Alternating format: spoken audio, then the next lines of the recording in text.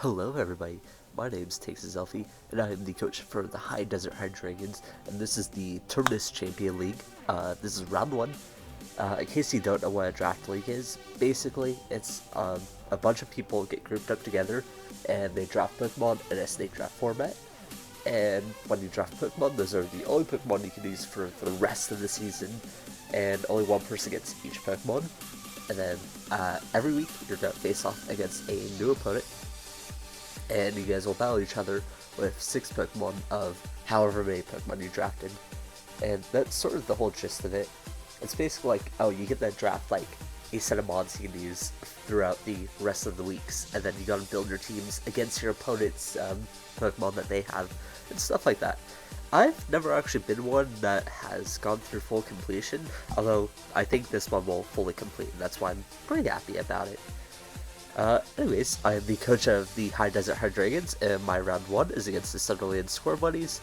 As you can see, these are the lineups that we have. So I have Xurkitree, Aerodactyl, Melmetal, Slowbro, Garchomp, Manabuzz, Diancie, Placebo, Grona, Gorsela, and Keldeo to choose from, as my opponent has Glacier, Slowbro G, Salamence, Umbreon, Hippo, Milo, Alolawak, Serena, Stakataka, Blaziken, and Ribombee.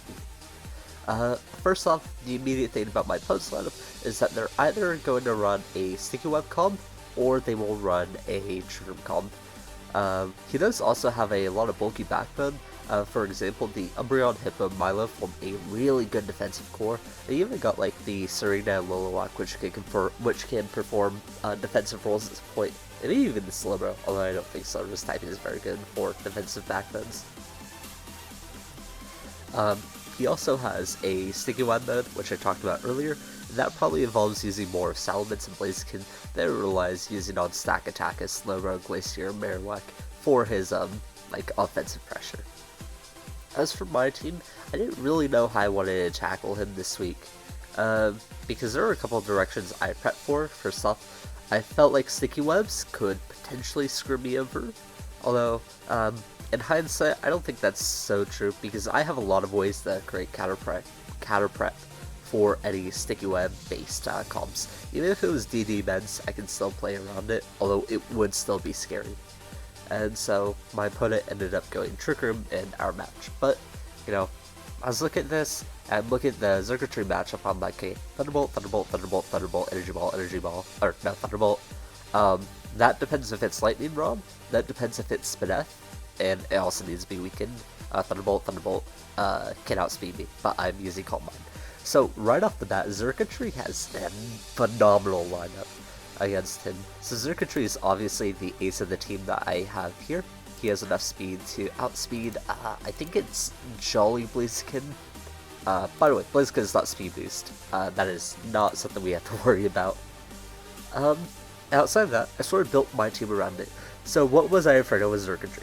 Well, Blaziken can outspeed me in webs, and Salamence can outspeed me in webs. So immediately, I brought Aerodactyl as well.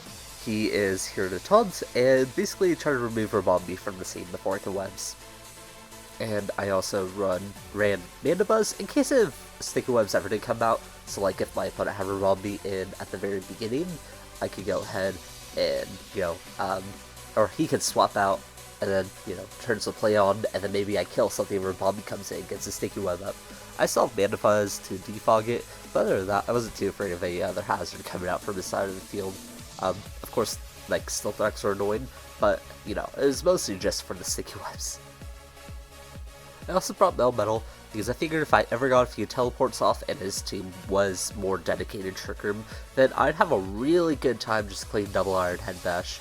The only switch-ins for him were Milo, and that's really it. Like, Double Head Bash would absolutely destroy his entire team if I ever got it on a switch. My main mistake with my Melmetal that I brought is that I did not end up running any speed at all. I should have probably at least ran, let me see here. I should have ran about this much, because now it would outspeed Unvest and Hippowdon, at the very least. And that would be really good, just for allowing, like, Garchomp and Aerodactyl to put some damage in.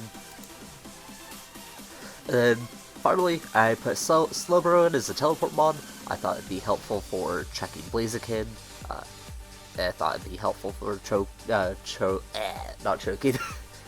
Checking just a few other mods, Glacier as well. I thought it did more than Blissey, because if you look at his team, he only has a few special attackers. Slowbro can be either, and the Rabombi is usually special, but outside of that, everything's either a bulky mod or they're physical, so I didn't think this was the time for Blissey. Then finally, I brought Garchomp. I kind of wanted a rocker, and it also allowed me to offensively check Mence.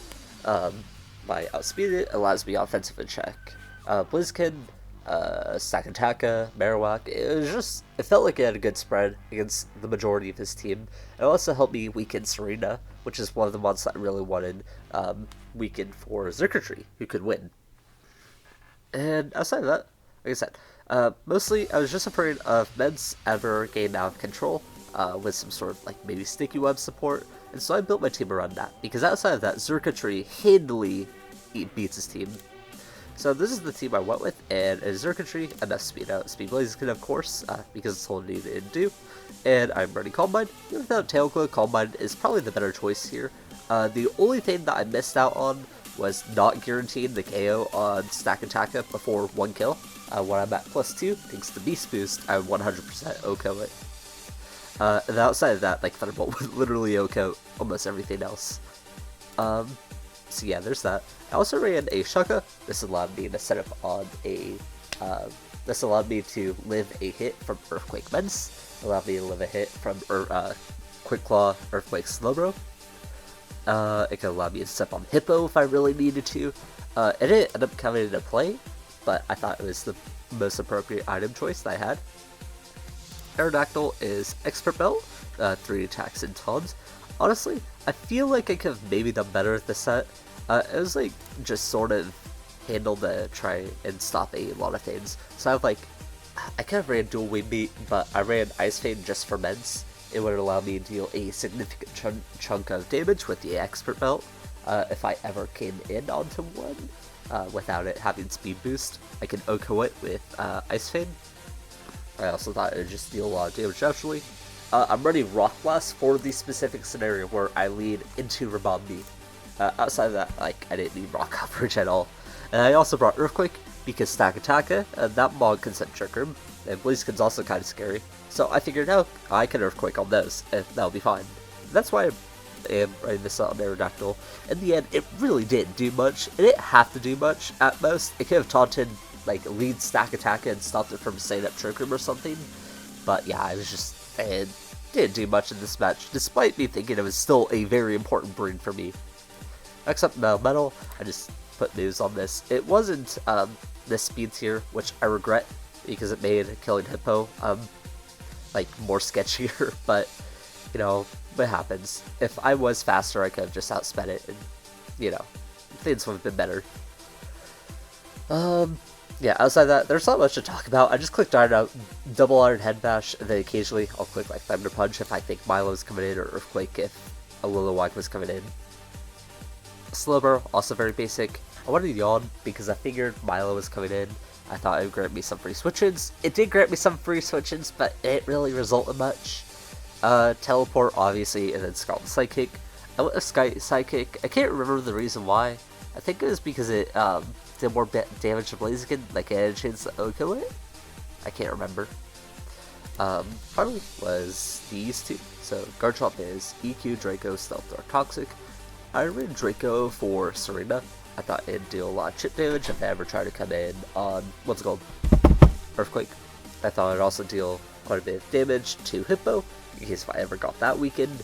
It was unaffected by Intimidate from Mence. I don't know, I just thought Draco was the play. Although in hindsight, maybe I could have done better. Stealth Rock, because I wanted a rocker, in case if I felt like it needed to go up. And Toxic, because it punished a lot of the switches that would come in. Like, pretty much all the bulky mod here can swap into Garchomp pretty reliably, so I brought Toxic for, like, all of them. Except for Serena, who could it be Toxic? I can't remember. Then finally is Manibuzz. I debated on last 4th move. I think at one point I had Taunts, but I decided that wasn't really necessary. Just foul play with his Defog U-turn. This is just here to get rid of Sticky Webs and then to, like, a little whack in case if it was offensive. Well, I guess it would swap into defensive too. It did fine. It also got some momentum too. Outside of that, like, I don't know, I thought my team was fine. I think I could do better in some areas. I was definitely like leaning way too much into prepping for meds, but meds was probably the scariest mod for me. So I'm like, okay, well, I don't want to lose to it for sure, so I'll make sure to bring as much prep for it as possible. One of my other considerations I had thought of was maybe some type of defensive Diancie. I kind of had a set here when I was like theorycrafting my stuff, and I think I had a choice scarf at this at one point. I was thinking about bringing either Scarf Keldea or Scarf Chum. Didn't end up running with that because I didn't think it was completely necessary, and I felt like I wanted more stuff in my team comp before I like threw in a Scarfer for one specific mod, and even then, they could still have webs up and it just wouldn't matter. Moving on to the actual match. We are stuck at Stack Attack and Milo, Slibber Hippo, Ololowak, and Serena. And I'm like, okay, well, there's no meds, so I'm immediately a lot more relieved. And I'm looking at the Xurkitree matchup, I'm like, okay, he did bring the two mods that could potentially handle it. But that could still be offensive Marowak. And I can probably weaken the Serena to the point that Dazzling Gleam kills. I just want to look at the... not that. Where is Serena? There is... Let's just put 252, 252 and see what this looks like. For the calc. Like, I can still reasonably get to this. Granted, I'd have to watch out for synthesis. But I feel like with enough chip damage over time, maybe if there's stealth rocks and Serena takes some damage before I can synthesis off, I can still reasonably get to this. So I'm like, okay. So my main goals, my main goals for this were trying to figure out where to go from here. I needed to scout Marowak to see what set it was, and I needed to weaken Serena / figure out what set it was. I kind of figured it was defensive because I think an offensive set was really possible, but we'll see in the future. I lead Aerodactyl anyways. I'm like, okay, Aerodactyl isn't gonna lead too well against everything, but here I can maybe stack Attacka or some other Trick Room mod if he's really dedicated to trying to get this Trick Room out early, and I have top for that, so I'm like, okay, this works for me.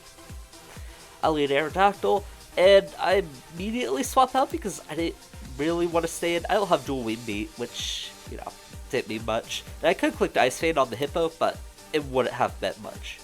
I just U-turned out. Also, quick note, he's not Sandstream. I don't really know why. Maybe he just didn't want to take the chip damage on his own, but he's not. He goes for rocks, which is fine by me.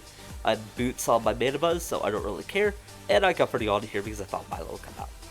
I'm gonna go ahead and take my free teleport, and it goes into this. And so I go into mid, but I'm like, okay, he can't really do much of me. Then he hits me with the play rough. I'm like, wait, excuse me? Bro. So that happens. You turn out, I'm like, okay, well, that's one less mod I really need to worry about, because I'm pretty sure, let's go back to the damage calc real quick. Let's just remove this investment right here. Because now Dazzling Gleam's, like, in that sort of range, and that's a lot easier to achieve. God's sake, you can go into the wrong window. Like, he's already in that range. So, now, one of the few counters, the Xurkitree is out. I'm like, okay, this is safe. I go for the Ice Fade here, just because I kind of want to judge the damage on Hippo. I go for Taunt. He goes for Iron Head and almost KOs me. I'm like, whatever. I don't really care at this point. I'm just going to go for the Ice Fade and get my chip damage. Maybe this will allow Garchomp to put in more work later, because his team is not too well equipped to handle Garchomp, actually. Like I said, most of the defensive Pokemon still handle it, but Stack, Ololowak, and Bro all get kind of tossed by mine. I go for, I believe, Psychic here. I don't remember why. I think I was trying to weaken. I think I was just trying to do something with Serena here. I go for Yawn, and Serena also comes in. I think this is just a really bad line from me. I got greedy for literally no reason at all when I could have just teleported out. Here it goes for Taunt, and it's whatever. It causes me to manually swap out. And I go into Chomper. He goes for Spin. I'm like, okay. Taking some damage. And I also know that last move can't be HIK. I was a bit afraid of bringing Melmetal because he showed Life Orb, but I'm like, oh. So what if it's Play Rough, HIK, Chop Kick, and then fourth move, which could have been Taunt or Spin. And now that he's revealed that he's spin and taunt, I'm like, okay, there's no way he forwent like grass coverage. I take my free, swap into Melmetal, and I'm gonna go ahead and get my free kill here. Even with the lowered attack from the Chop Kick that we'll see here, the metal is easily gonna KO a bomb. No problems whatsoever. And then a little whack comes in. I'm like, okay, I'm gonna go into Mana Buzz here, and I can probably beat defensive sets. If not, well, he lost. And he goes for Flare Blitz and takes no recoil. I'm like, alright, I won! So I go into Chomper here. I'm like, okay, I'm just gonna go ahead and throw a Earthquake out here. Didn't really need to do much. I threw a Toxic out in case if he wanted to try to Roost Stall me. Or not Roost Stall me, but Recover Stall me. But it was like, whatever at this point. Goes for Ice Beam. I'm like, okay, Calm Mind, and I can beat everything. So we Calm Mind once, and that's all we need. Now we Quick Energy Ball. And Body. I'm just gonna speed this up now. Bodied. That Oka is at +1, by the way. Crit didn't matter, I don't think. Bodied. Oka is at +2, sometimes at +1. Like, nothing's gonna live this now. Now that I know he's not Lightning Head. Like, this is so free. Yeah, so like I said, it was mostly just a scouting mission to see what Xurkitree could have done. I did lose Aerodactyl for kind of no reason, but I don't think it really did much anyway, so it didn't matter.